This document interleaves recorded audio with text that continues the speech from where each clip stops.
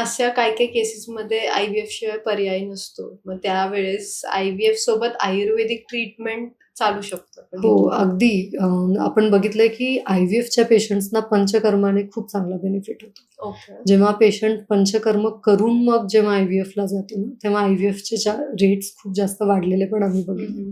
माझ्याकडे 2-3 पेशंट्स असे होते की ज्यांची IVF सायकल चालू होती. मग त्यावेळेस आम्ही त्यांचं एम्ब्रिओ थ्रो करायच्या आधी जे डेज मिळतात त्याच्यात आम्ही त्यांची शुद्धी करून, पंचकर्म करून, उत्तरबस्ती देऊन बॉडी प्रिपेअर केलेली आणि असं लक्षात आलं की IVF लगेचच सक्सेसफुल झालं. वॉव!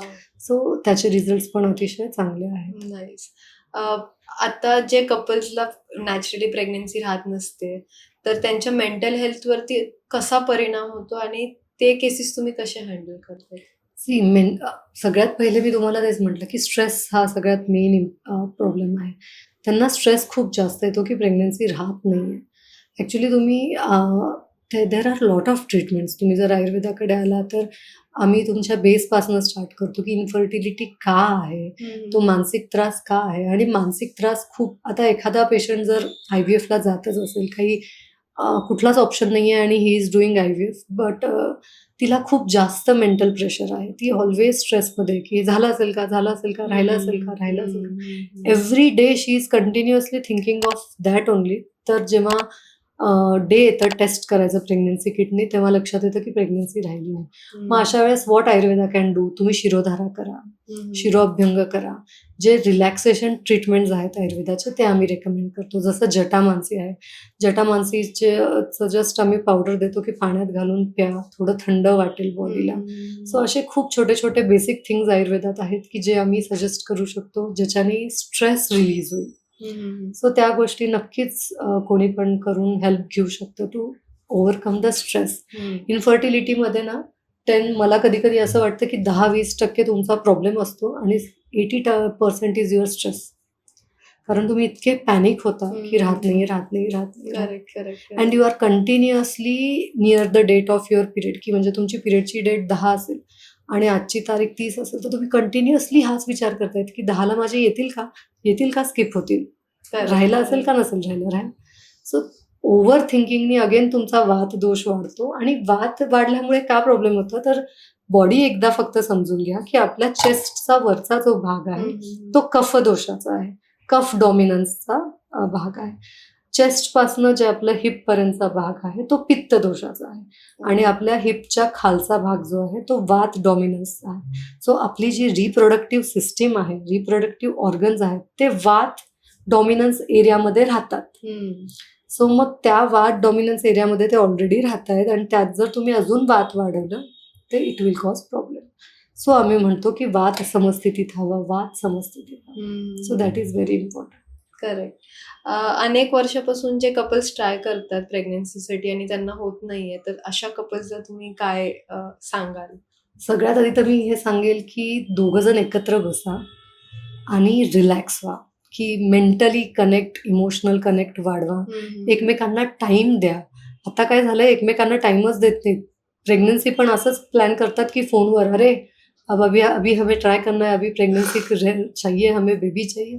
असं नाही होत. तुम्ही आधी पीस ऑफ माइंड करा, एकमेकांना वेळ द्या. रोज सिंपल एक मॉर्निंग वॉकला किंवा एक रात्री वॉकला जरी तुम्ही गेला, तर एक इमोशनल कनेक्ट वाढवा, पीस वाढवा. ह्याच्यातच खूप गोष्टी व्यवस्थित होतील. सेकंड इज तुमचं lifestyle, third is your diet, fourth is your exercise. जर तुम्ही एक रुटीन केलं एका हजबंड वाईफने की एकमेकांना वेळ देतोय, एक्सरसाइज करतोय, डाएट फॉलो करताय, बाहेरचं जंक पॅक्ड फूड नाही खायचं. जस्ट एक सिंपल रूल जरी फॉलो केला की anything that is in the packet I will not consume it, तरी खूप गोष्टी बऱ्या होतील. आणि फिमेल्सनी शतावरी ग्रॅन्युल्स सकाळ संध्याकाळ 1-1 कप दुधात प्यायला सुरू करावं. त्याच्याने फर्टाईल तुमचं जास्त वाढतं. आणि मिल्समध्ये ashwagandha is very good. So just start having ashwagandha 1 teaspoon in milk. So हे अगदी बेसिक आहे. Prepare yourself to become parents. So preparation ही फार महत्त्वाची.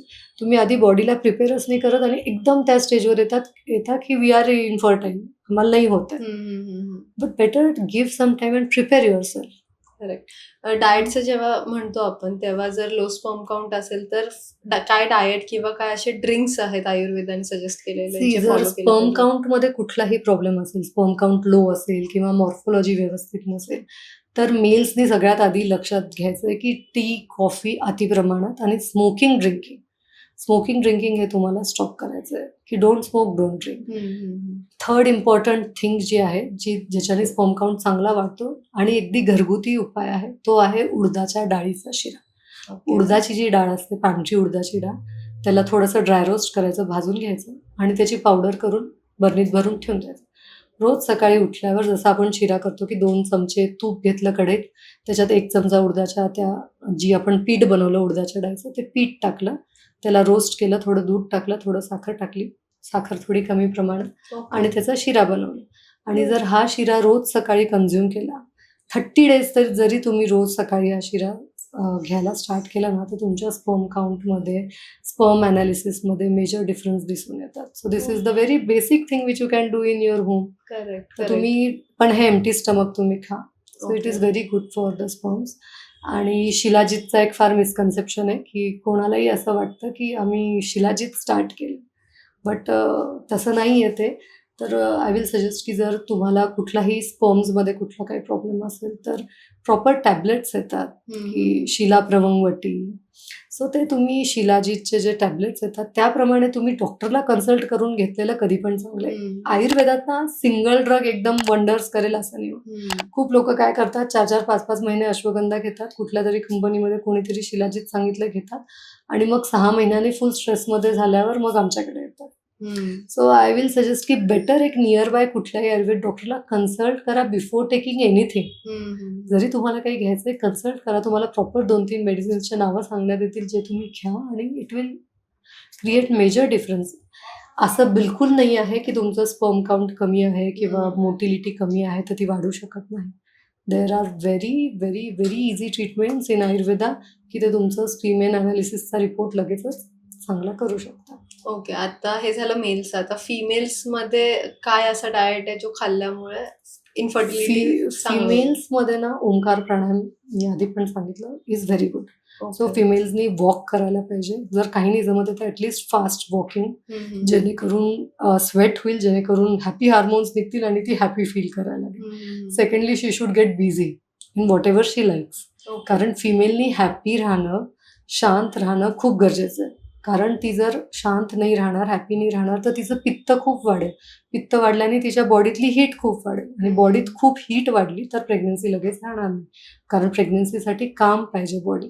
सो ह्या गोष्टी महत्त्वाच्या आहेत. शतावरी सकाळ संध्याकाळ घेणं इज व्हेरी इम्पॉर्टंट. आणि मग फिमेलला काही प्रॉब्लेम आहे का त्याच्यानुसार मेडिसिन्स ठरतात की इफ शी इज हॅव्हिंग की ची कमी आहे तर त्याप्रमाणे वेगळी ट्रीटमेंट, PCOD आहे तर वेगळी ट्रीटमेंट, टॉर्च टेस्ट पॉझिटिव्ह आहे तर वेगळं, MH लेवल कमी आहे तर वेगळं. So there are different treatments, but एक बेसिक स्टार्ट करायला be happy is very very very important. So I will suggest की just start with these basic things. Lifestyle change is very important.